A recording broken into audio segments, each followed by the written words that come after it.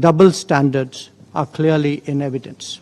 The Indian government is accusing both the EU and the US of double standards, of hypocrisy. और दोस्तों, भारत ने America को मुंह तोड़ जवाब दिया है। भारत के विदेश मंत्री डॉक्टर एस जयशंकर का एक ऐसा बयान सामने आया जो भारत ही नहीं बल्कि अमेरिका में भी चर्चा का विषय बना हुआ है। India's Ministry of External Affairs is calling Trump. उन्होंने अमेरिकी राष्ट्रपति डोनाल्ड ट्रंप की नीतियों पर तीखा हमला बोला। US friends have been responding in very different ways. Bharat के हवाले से बता दूं आपको, भारत और अमेरिका में मुसलसल इस वक्त एक लफ्ज़ी जंग चल रही है। ऐसा क्या हुआ कि हम देख रहे हैं कि जो गुर्बत की शरह, जो हम पहले कह रहे थे कि कुछ या महंगाई की शरह कुछ कम हो गई थी, अब हम देख रहे हैं कि गुर्बत की शरह फिर से बढ़ना शुरू हो चुकी है। दोस्तों, एक हिस्टोरिक माइलस्टोन है इंडिया के डिजिटल पेमेंट रेवोल्यूशन के लिए।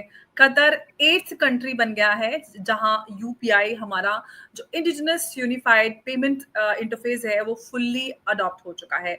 और हम अपने आप को इस काबिल बना ही नहीं रहे कि हमें वहां पर कटोरा लेके ना जाना पड़े। नवाज शरीफ साहब भी हर बार कहते थे हमने जी कशकोल तोड़ दिया है। इसी तरीके से शहबाज शरीफ साहब कहते हैं मैं मांगने नहीं आया, लेकिन आप लोगों को मालूम है कि मजबूरी है। क्या चीन ने वाकई पाकिस्तान को नजरअंदाज कर दिया है? तो साथ ही साथ फिर बलूचिस्तान में जो जुल्म हम खुद कर रहे हैं उसके बारे में भी बता दें, साथ ही साथ केपीके में जो जुल्म हो रहा है उसके बारे में भी बता दें, हमने अफगानिस्तान के साथ क्या किया वो भी बता दें। तो अगर बात ही कर रहे हैं तो फिर सभी की बात करें। India feels it has been unfairly singled out because China, for instance, is buying even more crude oil from Russia. Turkey is also buying a lot of crude oil from Russia. नमस्ते दोस्तों, जय हिंद।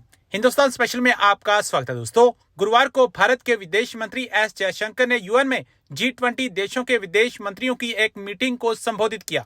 इस दौरान भारत ने America को एक कड़ा संदेश दिया है, जो पिछले कुछ महीनों से रूस से तेल आयात को लेकर भारत को निशाना बनाते आ रहा है। विदेश मंत्री ने साफ कहा है कि दोहरे मापदंड साफ नजर आ रहे हैं। विदेश मंत्री एस जयशंकर यूएनजीए के 80वें सत्र को भी संबोधित करने वाले हैं। विदेश मंत्री एस जयशंकर ने कहा, विकास के लिए एक सतत खतरा शांति में बाधा डालने वाली स्थायी कारक है। विदेश मंत्री ने कहा कि जैसे जैसे दुनिया संघर्ष, आर्थिक दबाव और आतंकवाद का सामना कर रही है, बहुपक्षवाद और संयुक्त राष्ट्र की सीमाएं साफ नजर आ रही हैं। इसके बाद उन्होंने कहा, दोहरे मापदंड साफ तौर पर नजर आ रहे हैं। जयशंकर ने जोर देकर कहा कि शांति विकास को संभव बनाती है, लेकिन विकास के खतरे में डालने से शांति संभव नहीं हो सकती। जयशंकर ने दो टूक शब्दों में कहा कि आर्थिक तौर पर नाजुक हालात में ऊर्जा और बाकी जरूरी चीजों को और अनिश्चित बनाने से किसी को कोई फायदा नहीं होता। दोस्तों, एक हिस्टोरिक माइलस्टोन है इंडिया के डिजिटल पेमेंट रेवोल्यूशन के लिए।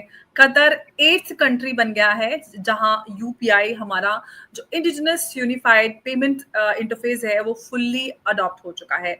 कतर नेशनल बैंक और एनपीसीआई इंटरनेशनल के माध्यम से अब क्यूआर पेमेंट्स लाइव हैं, और ये सिर्फ टेक्नोलॉजी का एडवांसमेंट नहीं बल्कि इंडिया के ग्लोबल फिनटेक फुटप्रिंट का एक बड़ा स्टेप है।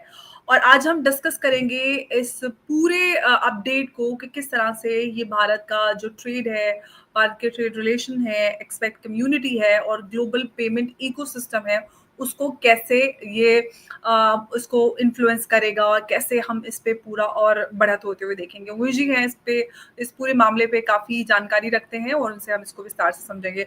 उमेश जी, बहुत स्वागत है आपका। जय हिंद, नमस्कार। जय सिया राम अंबर जी। जय सिया राम उमेश जी, बड़ा अपडेट है, बड़ी खबर है। और अब जो यूपीआई है कतर जैसे इंटरनेशनल मार्केट में लाइव है, क्या ये इंडिया का जो ग्लोबल फिनटेक लीडर बनने का जो सपना है और जो भारत जिस राह पर चल रहा है, उसके लिए कितना अहम ये आप अपडेट देख रहे हैं?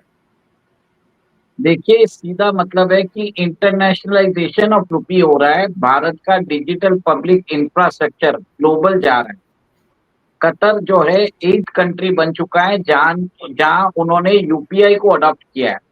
कतर नेशनल बैंक और एनपीसीआई इंटरनेशनल ने करार किया है कि यहाँ से अगर इंडियन ट्रेवलर्स कतर जाते हैं, वो उधर क्यूआर कोड के स्कैनिंग के हिसाब से वो वहां पे जाके खर्चा कर सकते हैं। यहाँ पे इनका रुपी डिडक्ट हो जाएगा। कतर में जो मर्चेंट्स है उनको कतरी रियाल में पेमेंट मिल जाएगा। इससे क्या होगा, क्रॉस बॉर्डर जो पेमेंट सिस्टम है तो बहुत आसानी हो जाएगी इंडिया के ट्रेवलर्स को।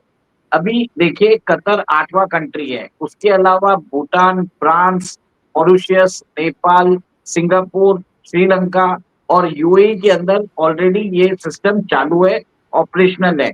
अब देखिए कतर एक तरह से गल्फ में सेकेंड नेशन है जिसने इसको चालू किया है। अब अमर जी, इसके अंदर आप देखिए कि कतर के साथ हम फ्री ट्रेड एग्रीमेंट की भी बात कर रहे हैं। इससे क्या होगा, दोनों देशों के बीच में पीपल टू पीपल एक्सचेंज बढ़ेगा। पीपल टू पीपल एक्सचेंज बढ़ने से यहाँ पे क्या होगा कि लोगों के बीच में ज्यादा ट्रांजैक्शंस होंगे और इसी के अंदर जब बायलैटरल ट्रांजैक्शंस बढ़ते हैं और उसके अंदर अगर आप यूपीआई में कर रहे हो तो दोनों के बीच में ट्रेड बढ़ जाएगा। ये बहुत बड़ी बात है। सेकेंड, आप ये देखिए कि भारत अभी चाहता है कि उसका डिजिटल पब्लिक इंफ्रास्ट्रक्चर है ग्लोबल हो जाए। अभी और 4 कंट्रीज के साथ बात की जा रही है जिसमें थाईलैंड है, मलेशिया है, यूके है और ओमान है। इनके साथ भी मेरे ख्याल से ईयर एंड तक मोस्ट प्रोबेबली यूपीआई वहां पे भी चालू हो जाएगा।